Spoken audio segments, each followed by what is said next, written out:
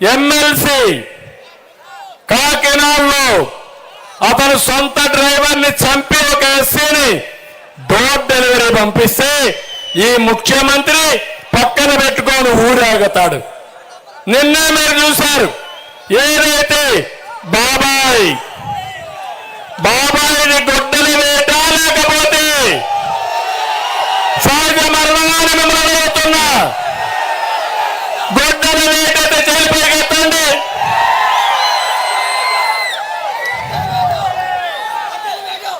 చంపిన తల్లి MP seat ఇచ్చి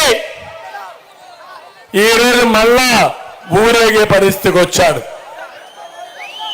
ఎవరైతే ఈయన చెల్లెలు మా నాన్న చెప్పిన వారిని కేసు పెట్టండి, ప్రపంచానికి తెలియజేయండి, ఆయన ఆత్మకు శాంతి కలిగించడని కోరితే ఆడబిడ్డ మీద కేసులు పెట్టి వేధించే పరిస్థితికి వచ్చారు. నేను అడుగుతున్నా మిమ్మల్ని, ఇది చూసిన తర్వాత మీలో ఎవ్వరికైనా రక్షణ ఉందా తమ్ముళ్ళు అని మిమ్మల్ని అడుగుతున్నా. ఏమమ్మా మీకు రక్షణ ఉందా అని మిమ్మల్ని అడుగుతున్నా. ఏ తమ్ముళ్ళు మీ భవిష్యత్తుకు రక్షణ ఉందా అని అడుగుతున్నా. మీ ఆస్తులకు రక్షణ ఉందా అని అడుగుతున్నా. ఇవి కాకుండా కొంతమందిని వీళ్ళ తప్పులు ప్రశ్నిస్తే పార్టీలోకి రాలేదని పల్నాడులో చంద్రయ్య, ప్రొద్దుటూరులో నందం సుబ్బయ్య, రాజాంలో కృష్ణ మాస్టరు, గిద్దలూరులో మనయ్య, పుట్టపర్తిలో అమర్నాథ్ రెడ్డి, రేపల్లెలో చెల్లెలని అవమానం చేస్తా ఉంటే, వేధిస్తా ఉంటే చేయొద్దని చెప్తే నడి రోడ్డు మీద పెట్రోల్ వేసి తగలబెట్టేశారంటే ఎన్ని అట్రాసిటీస్ ఉన్నాయో మీరు ఒక్కసారి ఆలోచించండి. ఈ రాష్ట్రంలో ప్రజాస్వామ్యం లేదు, ఎవరికి రక్షణ లేదు. అందుకే నేను మిమ్మల్ని ఒక్కసారి అడుగుతున్నా, ఈ ప్రభుత్వాన్ని చిత్తుగా ఓడించి ఈ ముఖ్యమంత్రి రాజకీయాలు లేకుండా చేసి మనందరం బాగుపడతాం. ఈరోజు కొత్త వేషం వేసుకొని వచ్చాడు ముఖ్యమంత్రి.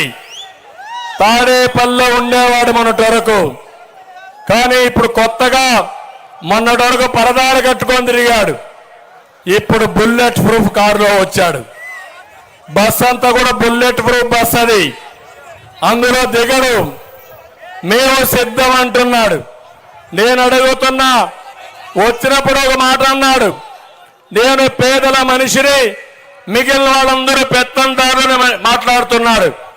నేను మిమ్మల్ని మీ ద్వారా కొన్ని ప్రశ్నలు ఈ ముఖ్యమంత్రికి వేస్తున్నా. పేదల కోసం పూటకు 5 రూపాయల భోజనం పెట్టి అన్నా క్యాంటీన్ ని పెట్టిన వాళ్ళు పెత్తందారులని మాట్లాడుతున్నా. ఇదే అన్నా క్యాంటీన్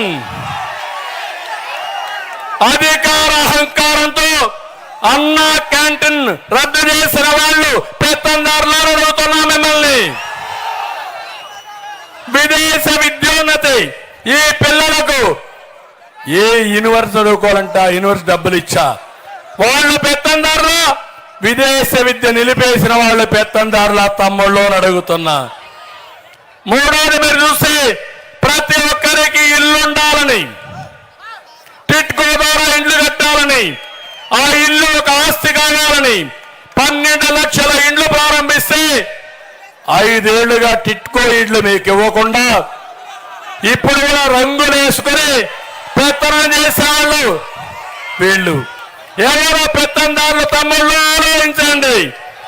నేను పేదవాళ్ళకి ఇల్లు ఇస్తే ఆ పేదవాళ్ళకి ఇల్లు ఇవ్వకుండా, ఆస్తి ఇవ్వకుండా అప్పుల పాలు చేసిన వ్యక్తి ఈ జగన్మోహన్ రెడ్డి నిజమైన పెత్తందారుడు. ఇంకో పక్క ప్రతి ఒక్క ఇంటికి 3 లక్షల రూపాయలు ఇచ్చాం.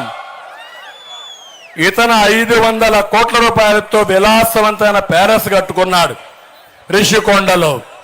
మీకు మాత్రం 3 లక్షలకి అది కూడా ఇవ్వకుండా కేంద్రం ఇచ్చే డబ్బులు ఇచ్చాడు.